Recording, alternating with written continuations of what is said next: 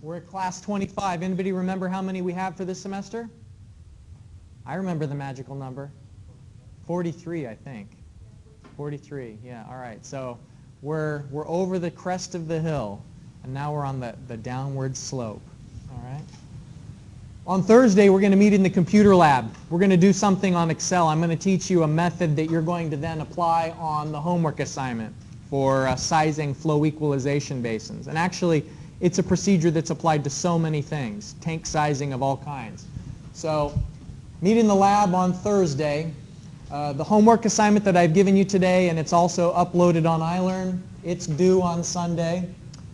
Now, the research paper, your draft submission is due on Thursday, and then after you submit the draft, then you should go to the writing center.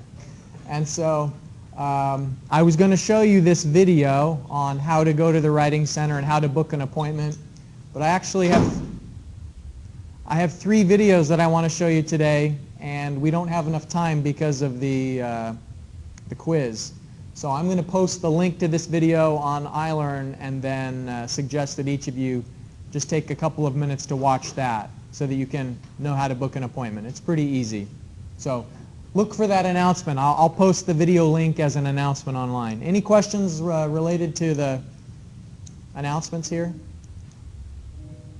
All right. We want to keep bad things out of the sewer. And we're going to use bacteria downstream. In the treatment plant itself, we're going to use bacteria to break down BOD. Because if we don't do it at the treatment plant, it's going to happen in the river. And if it happens in the river, you know what the consequences are. It can cause a fish kill, and that's disgusting to have a river full of dead fish. And so we want to avoid a fish kill, so we're going to try and break down all of the BOD in the treatment plant. The problem is, there can be things added to the sewer that would kill our precious bacteria. Industrial waste can have toxic materials in it that is inhibiting the ability of bacteria to break down BOD. So we want to avoid those toxic compounds. And then another issue is sometimes industrial waste can have corrosive materials, like acids. If acid is added to wastewater, then it can cause the oxidation of pipes and pumps. And so we're going to have a lot of expensive equipment that this wastewater is flowing through. And if there are bad things in the chemicals, bad chemicals in the water, then it can cause corrosion of those materials. And so the Environmental Protection Authority in the United States and other regulatory bodies in other countries typically have laws and rules that regulate what's allowed to go in the sewer and what's not. And so there's a list of materials that have to be taken out of a waste stream before it's put into the sewer. So environmental regulators can make it required for certain types of waste to be recycled or to be reclaimed. And here's a list of, specifically in the United States, what's regulated as an industrial discharge. Most things that would come out of a factory, most waste streams that would come out of a factory are somehow on this list because they don't want industrial wastes to be mixed with municipal waste. And so the types of things that really ought to be kept out of the sewer, it's going to cause a fire or an explosion. Obvious reasons, right? You don't want to have someone pouring gasoline down the sewer because then someone may be smoking and throw a cigarette down into the toilet, and it could be a gigantic explosion, and that would be really exciting, but it would also be a little bit, it would cause an interruption. Corrosive materials, because of the rust that it can cause to pipes, things that are solid or viscous. So an example of that would be if a bakery was dumping extra flour down into the sewer. Think about the thick, murky sludge that would be formed if they're just flushing extra flour down the toilet. And so that would not be allowed because it's going to be something that would obstruct flow. Each of these is a list of materials that, for whatever reason, we need to keep out of the wastewater. And here is an example of a public service message that is trying to get not just companies, but individuals to think about the damage that grease can cause to a sewer. So this is kind of a funny picture. You know, the eggs and the bacon, it's supposed to look like a face. But the idea here is to get people thinking about if you put grease down the drain, then it's going to cause a sticky sludge in the pipe that traps other solids. That's a good question. On the next slide, I'm going to show you how there are, for restaurants, for example, there are grease traps. And in the United States, it's becoming more and more common to try and recycle grease. So let's look at that. A restaurant that has a lot of grease coming from it, what they do is they put in a trap that's similar to a septic tank in a way. And all it is a tank where you're trying to get whatever would float to the surface, like lighter density materials like oil and grease, separate from the liquid. And so here, what comes out of the tank is just going to be what's in the middle of the tank. And this is very similar to the septic tank diagram that I showed you before. And so here's a photo. I'll dim the light so you can see that disgusting photo in added detail. All right, a bunch of grease. Doesn't look great, right? So what they would do is there are companies that will go from restaurant to restaurant and they vacuum that grease into a truck and then they end up recycling it. And there are motor oils that are made out of recycled restaurant grease. People can drive cars on recycled grease. Diesel fuel is very similar to vegetable oil. You can either heat up vegetable oil and then it can be used in substitute for diesel fuel, or there's a chemical reaction that will remove one of the fatty acid chains that then makes it so that it can be used as a direct substitute. And sometimes there's a mix of diesel fuel and vegetable oil together. It's called biodiesel. But there are some places that have up to 90% or even more of the diesel component being from vegetable oil. And so, you know, vehicles that burn this biodiesel, sometimes they'll drive by, instead of the terrible diesel fumes, it'll smell like French fries. And think about how nice that'd be to drive down the road and instead of the diesel smoke, it's just the scent of French fries, right? It'd be wonderful.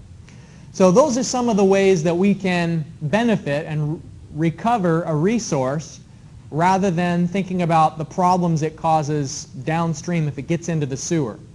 So all of this sort of thing, regulations and laws and public awareness, it's considered a pre-treatment step by regulation. So the ultimate objective is just to remove something from the waste stream that's going to cause a lot of trouble or inconvenience if it gets in. You know, you have to, it's very costly and time-consuming to clean a sewer. And so it's better just to get the grease at the source than allow it to get into the collection network or down into the treatment plant itself.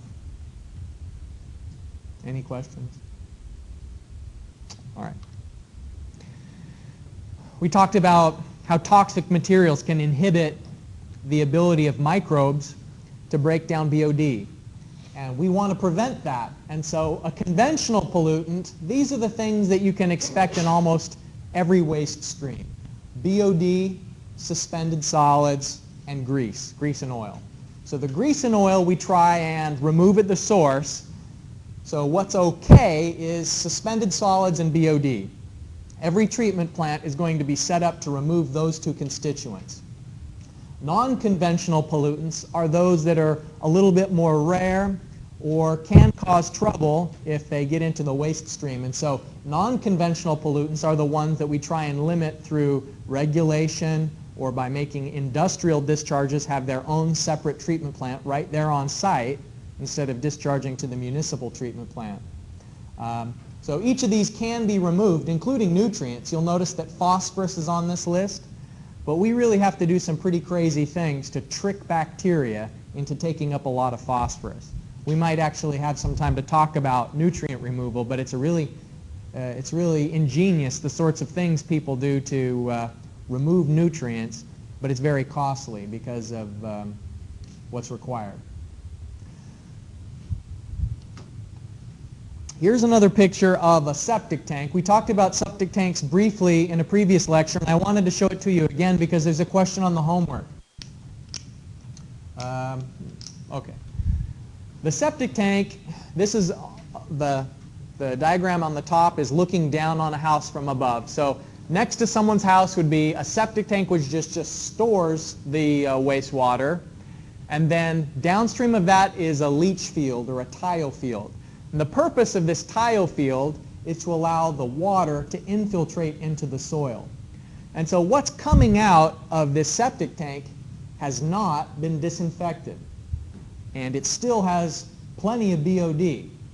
This septic tank takes out some of the BOD. You know, solid material will settle to the bottom, but the BOD that's dissolved in the water is going to remain in the liquid, and so when it goes into the soil it will have some BOD.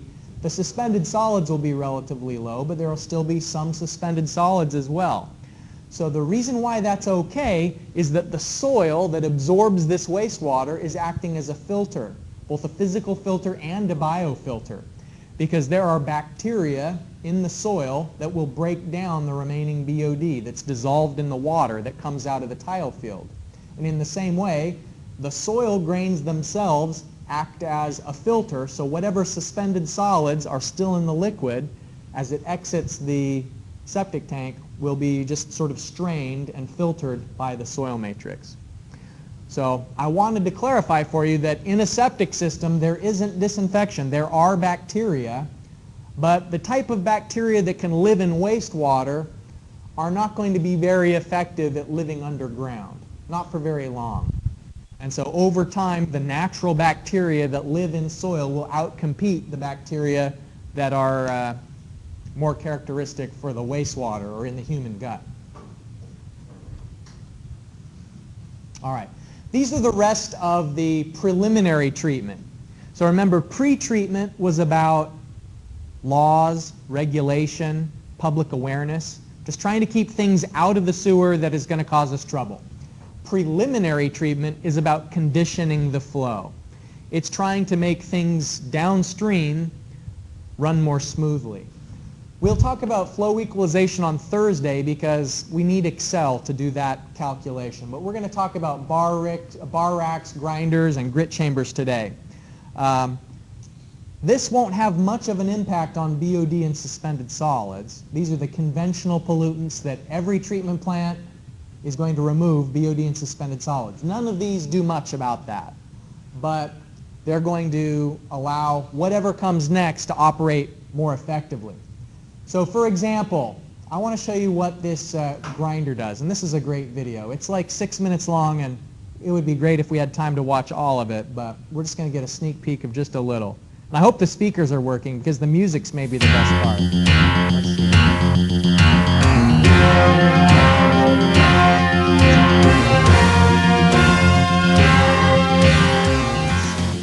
Now,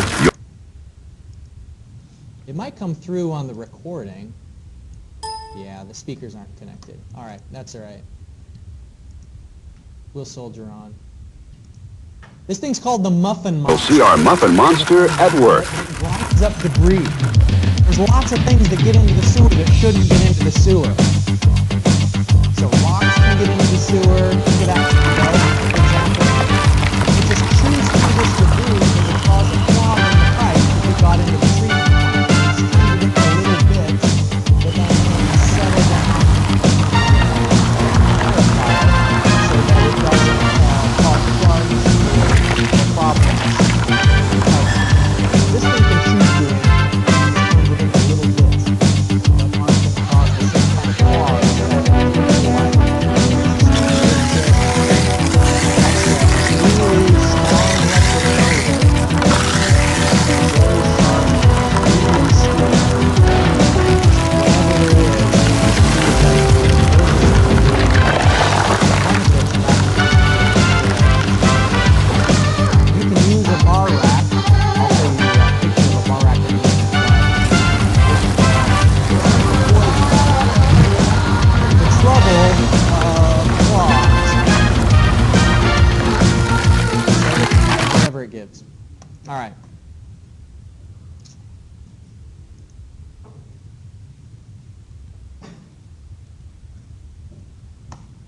Sometimes these are used in place of a bar rack, but they macerate or break up the solids. And usually it's downstream of a grit chamber.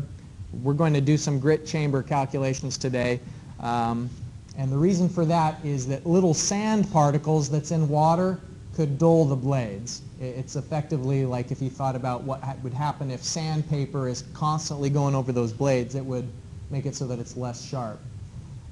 Here's a bar rack, and the way that a bar rack works is that the water is flowing through this screen, and occasionally this rake will go down and will just lift whatever debris is accumulated off of the screen. And then it will just sort of dump it into a garbage can underneath the bar rack, and it gets hauled away in a landfill. I think that you're probably going to visit a wastewater treatment plant this semester, and sometimes they have these bar racks in a separate building away from everything else, because by far it's the worst smelling place in a whole treatment plant is the bar racks. The solids that are taken away are put into a landfill, and they have to be dried first, though, because liquids aren't allowed into a landfill. And so sometimes after the bar rack would be a location for the waste that's collected to dry off. Now, grit chambers is what we're going to spend the rest of our time working on. And the reason why we need grit chambers is that if sand and pebbles and glass are allowed to pass through the preliminary and pre-treatment steps, then it will just wear down the pumps over time. And so there's two kinds of grit chambers, some that just use simple particle settling and others that have aeration and cause sort of a spiral flow pattern throughout. Just to give you a sense of how much grit is removed in 1 million cubic meters of wastewater, only between 30 and 90 cubic meters of grit is removed. So on a percentage basis, grit is a very small percentage of what's flowing into the treatment plant, but it can cause a lot of damage if it's not removed. So a grit chamber is just a settling basin or a clarifier that's relatively small because the particles settle quickly. And we have to have some way of wiping the particles off of the big area, and then they have to be removed. And this is showing a screw conveyor belt that would put it into a hopper that's going to be disposed of. We're going to use type 1 settling to describe a spherical particle as it settles downward through the liquid. And we've seen that before when we did clarifiers. It's called Stokes' law. Here's the equation we're using in today's in-class exercise. It assumes that the particle that's settling is spherical in shape. If we aerate the grit chamber, we have a couple of benefits. Number one, this wastewater is very hungry for oxygen. And so anytime we can, it's a good idea to add a little extra oxygen to the water. Otherwise, it'll go too low, and then it'll start to form noxious odors. The other thing that's good about an aerated grit chamber is if you have strategically located aerators, if you have the diffusers in certain locations, then it can cause sort of a helical pattern through here, and all of the sediments will naturally be pushed through the hopper, and so you don't have to have any mechanical system in there to scrape the grit. It sort of just washes itself into a collection point.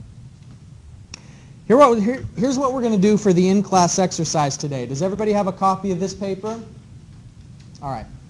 This is a diagram looking at the grit chamber from above, and we know that it should be 0.75 meters wide based on the available space, but we're not sure how long it has to be.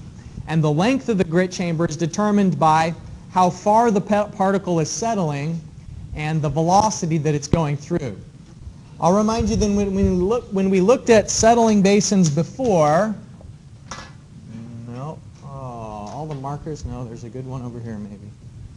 When we were looking at settling before, what we decided was the critical particle was the one that just barely makes it to the bottom before we get to the end of the tank.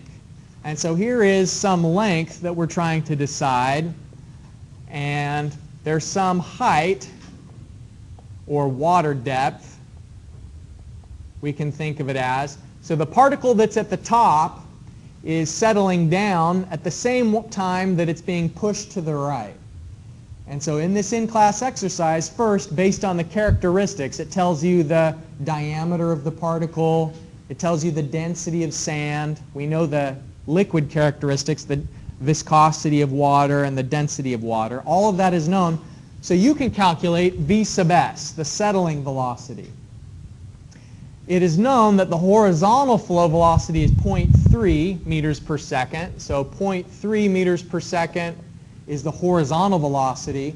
And so really what we're trying to do is find out how long does this have to be to make sure that that particle can make it to the bottom of the tank before it exits, before we get to the end. So I'll have you work step by step, A through E, and you'll naturally arrive at that final answer, which is the length required.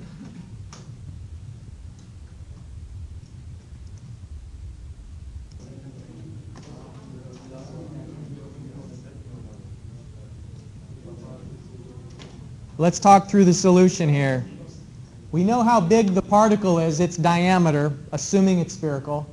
We know the density of the sand, we know the density of water, the viscosity of water. In your homework, you have to look up viscosity of water. It's in the back of the book in Appendix A as a function of temperature. So we can calculate the settling velocity. And this is just how fast downward the particle is settling based on its physical characteristics. The liquid is flowing at a volumetric flow rate of 0.1 cubic meters per second, and the velocity, the sideways flow velocity as it goes through the tank, as it's written on the board there, 0.3 meters per second. And so it's from that we know for those two things to be true, it has to have a cross-sectional area of 0.333 meters squared. Now, here's the top view. You can't really see it in this scan, but the width of the tank is known to be 0.75 meters. And so if it's 0.75 meters wide, then you can get the depth of the water just by dividing the cross-sectional area by the width. And then this 0.444, what that represents is that's how far a particle is going to fall. This critical particle is the one that's at the top of the tank, and it's settling down. So the distance it has to fall, if it's at the top of the tank, is 0.444 meters. Anything that's lower than that is going to be easier to remove. It's the particle that's at the top of the tank that we're most worried about, because it's got the furthest distance to fall. So if it's at the top of the tank, that particle, as it settles downward, it needs about 22 seconds to make it from the top to the bottom, based on its speed, how quickly it's going downward, 22 seconds. And so if it's going to be settling down for 22 seconds, the question is, how long do we need to make this so that it makes it to the bottom of the tank by the time we get to the edge? And so if it's 6.6 meters long, then that means it can fall down for 22 seconds before it gets to this edge corner, which means that's the limit of removal. In reality, probably a sand particle that hit this would continue to slide down and would be removed. But to be conservative, we assume only particles that hit the bottom of the tank are actually removed. That's how you do a grit chamber. You can get started on the homework now on, I think maybe we have 2 grit chamber problems if you'd like to get an early start. Before you finish for today, let's take a look at these announcements. Remember, I'm going to post a video online. It's the sort of tour of the Writing Center video, because after you upload your paper on Thursday, by 5 o'clock is the deadline, then you should go have your appointment in the Writing Center. So look for that announcement, post online. And I'll post all the links from the videos, including the Muffin Monster grinder, so that you can hear the great music that you weren't able to hear today. So, all right, I'll see you on Thursday in the computer lab. Have a good day. Please remember to put your in-class exercise paper on the chair.